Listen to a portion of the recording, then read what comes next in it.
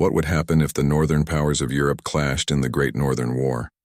A conflict that would reshape the political landscape of the Baltic region and determine the balance of power in the north.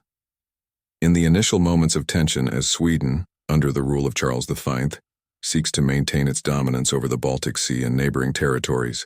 and an alliance of Russia, Denmark-Norway, and Saxony aspires to challenge Swedish supremacy, both sides prepare for a struggle that will test the limits of their strength and resolve.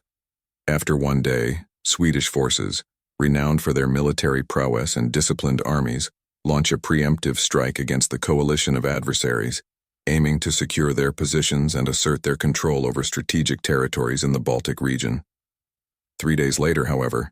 despite initial Swedish successes and victories at battles such as Narva, the coalition forces, led by Tsar Peter the Great of Russia, regroup and mount a determined counter-offensive, aiming to turn the tide of war in their favor and weaken Swedish influence in the north.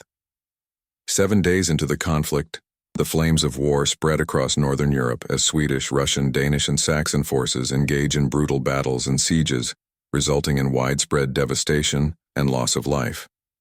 1 month later, as the Great Northern War escalates, the Swedish Empire finds itself increasingly isolated and overstretched,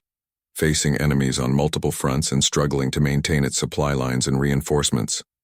2 months in, with the tide of war turning against Sweden and its allies, the Russian forces achieve a decisive victory at the Battle of Poltava, breaking the backbone of the Swedish army and paving the way for Russian dominance in the Baltic region. Finally, after over 2 decades of grueling warfare, the Treaty of Nystad is signed in 1721, marking the end of the Great Northern War and resulting in significant territorial and diplomatic concessions by Sweden to Russia and its allies, while also solidifying Russia's position as a major power in Europe.